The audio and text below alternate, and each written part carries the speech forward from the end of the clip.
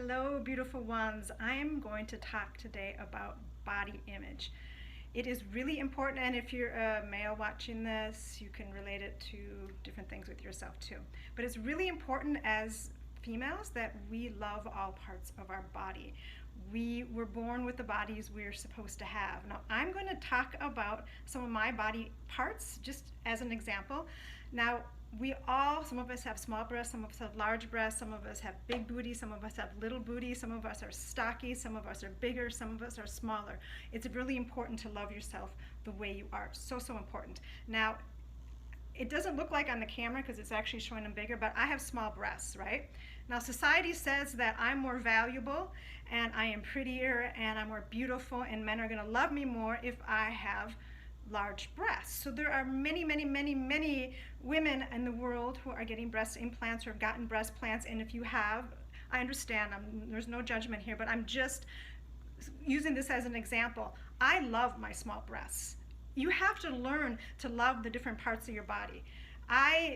There are so many benefits to having small breasts. I wouldn't change if somebody came and said, you want large breasts or you want small breasts. I am good with myself. I love myself the way I am. And there are times when I was younger, when I was looking at all these images with these women with the cleavage and all these big breasts, and I know some men are breast men, and I thought, oh, I need to do that. I need to change. But this is what I was born with. This is what I need to embrace. So there are different parts of your body. So if you don't like your small breast, for example, and I'm just using that as an example, that might be your nose, that might be your hair, that may be your butt, it may be your legs, it may be whatever it is. There's something that we usually go in front of the mirror and we're like, oh, I hate that, I want to change, and you don't think you're beautiful. And I want you to know that you have been given an image. By the time little girls are 3 years old, they have been indoctrinated, they've been watching the fairy tales, they've been watching the princess movies, they've been watching the different things, and we already have an image of what is beautiful. And most of us don't fit into that image of what is beautiful. And even if we do look like the Barbie doll, we do look like the Disney princess, there's still parts of us that we don't think are beautiful. So it's really important as a woman, as anyone, that we love ourselves the way we are. So I'm going to just use myself as an example with the small breasts. As you get older, your breasts sag. Well, you know what? I gotten older, my breasts have sagged, and I love it because now I have a little bit of cleavage. So there are benefits to everything, and it's really, really, really important that you love yourself the way that you are. You can't teach, you can't, like when you start loving yourself the way you are, then you raise your vibration, you hold yourself.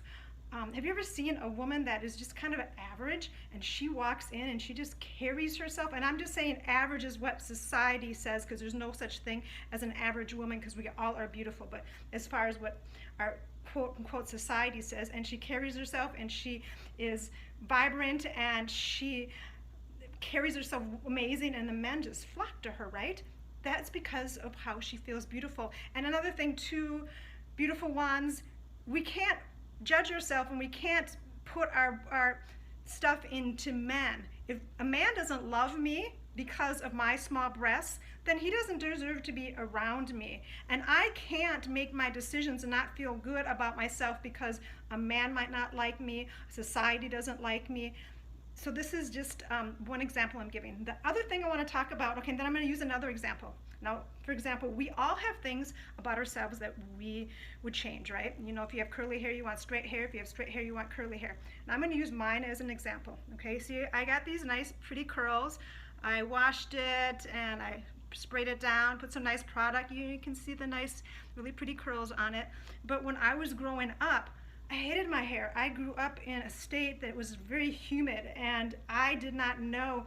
I was raised by a mother who lightened her hair, and she wanted to look different than she was. So she dyed her hair blonde, so she destroyed her hair. So she never was able to teach me how to do my hair.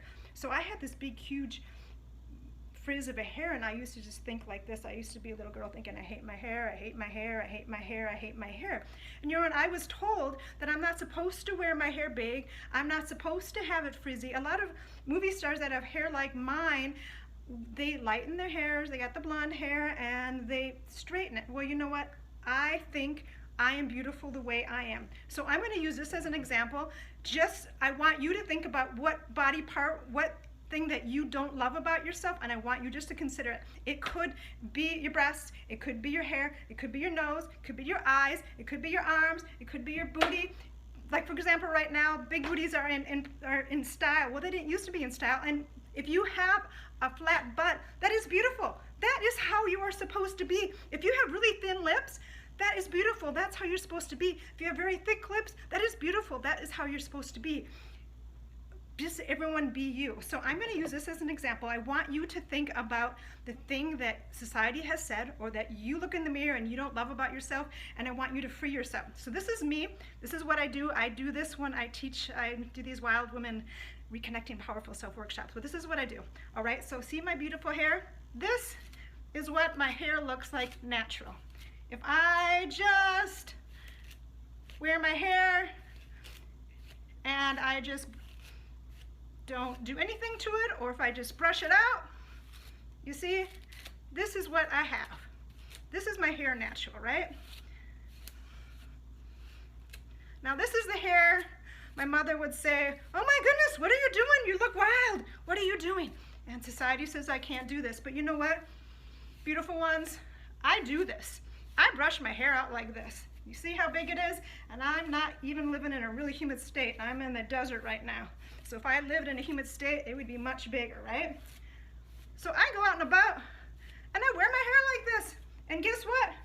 I feel beautiful because it's the thing that I always thought I didn't look beautiful with. So I do this and I look beautiful and I feel beautiful.